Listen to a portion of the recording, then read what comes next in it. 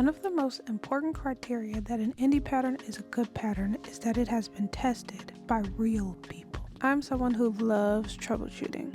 I love going through the process of things, giving feedback and seeing how something unfolds from that feedback and how it changes. When I scrolled on the Katya Dress for the first time, I thought it was such a cute dress. It features a keyhole bodice, a pleated skirts, and these are two things that I was already looking to make separately. So when I saw this dress, I had to put a bookmark in my brain so that I could come back to it. And to my surprise, the creator, Kristina, was looking for testers when I bumped into the pattern again on my timeline. I never see tester calls when they are live. It was like a sign.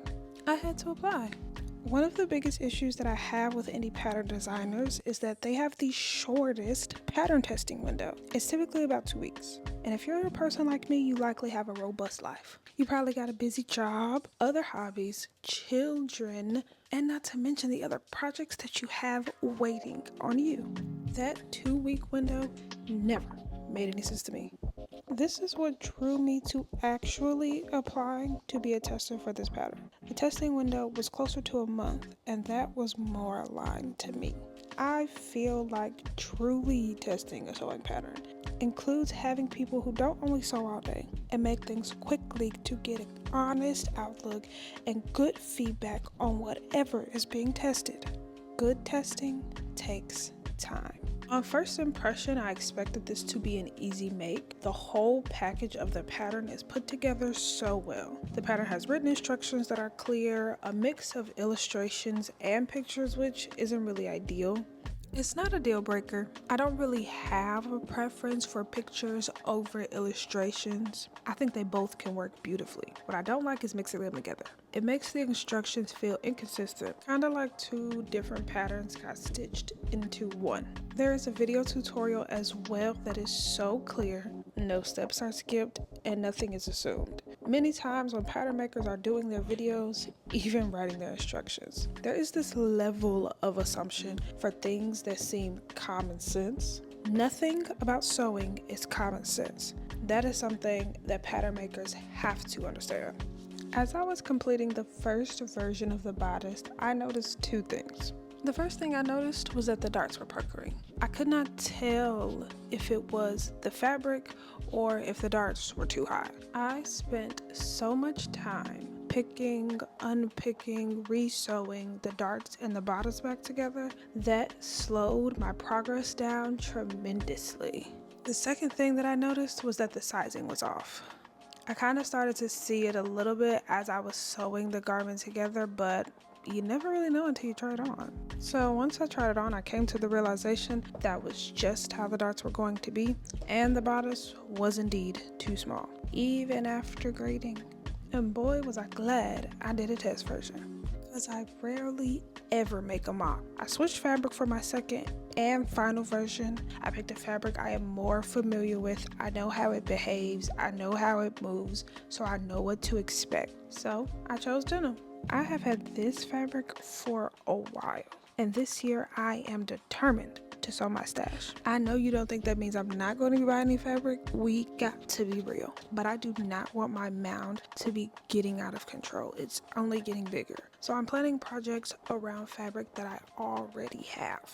Using a fabric that I'm more familiar with for this meant that I wasn't questioning if the fabric was the reason that I was having these issues. I could actually pay attention to the pattern. I could pay attention to what I was doing instead of managing the fabric all at the same time. I needed to focus on that because the issues with the pointy darts and the tight fit didn't just disappear. This is where the feedback came in. Kristina's form was thorough in a way that I really appreciated. She wasn't just asking, did it fit? She wanted to know what fabric you used, the material content, whether you felt the fabric was appropriate for the pattern, how many versions you made, what changes you made, whether you graded the sizing, what you added or took away. She wanted the full picture. That kind of specificity tells me that she wanted useful feedback, not just someone saying, cute dress, I loved it. Sometimes it feels like people are taking the light approach when it comes to testing. They aren't asking super detailed questions that will go into the nitty-gritty of what will make the pattern better for the user. I had my notebook with me the whole time, from the first interaction to the very end, but that wasn't just to be critical.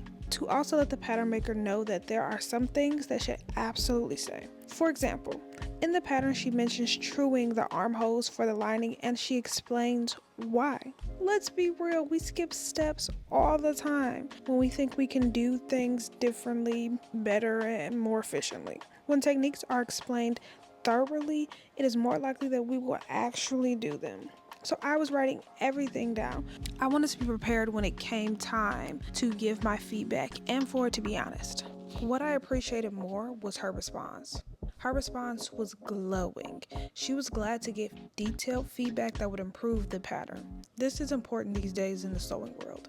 It's so easy with AI to steal a pattern or AI to come up with something that may not even come out to what it's supposed to be. I recently saw a video on Instagram where the pattern maker for the Adelphi top got ripped off.